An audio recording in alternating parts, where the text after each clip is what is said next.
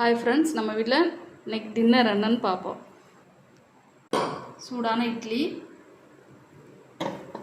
தொட்டுக்க பூண்டு கார சட்னி,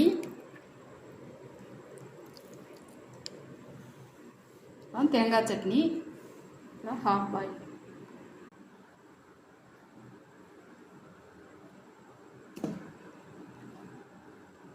இட்லி சுட சுட இருக்குது. அதுக்கு இந்த பூண்டு கார சட்னி,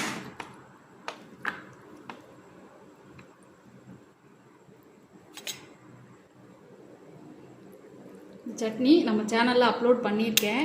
பூண்டு கார சட்னி நம்ம சேனலில் இருக்குது, போய் பாருங்கள்.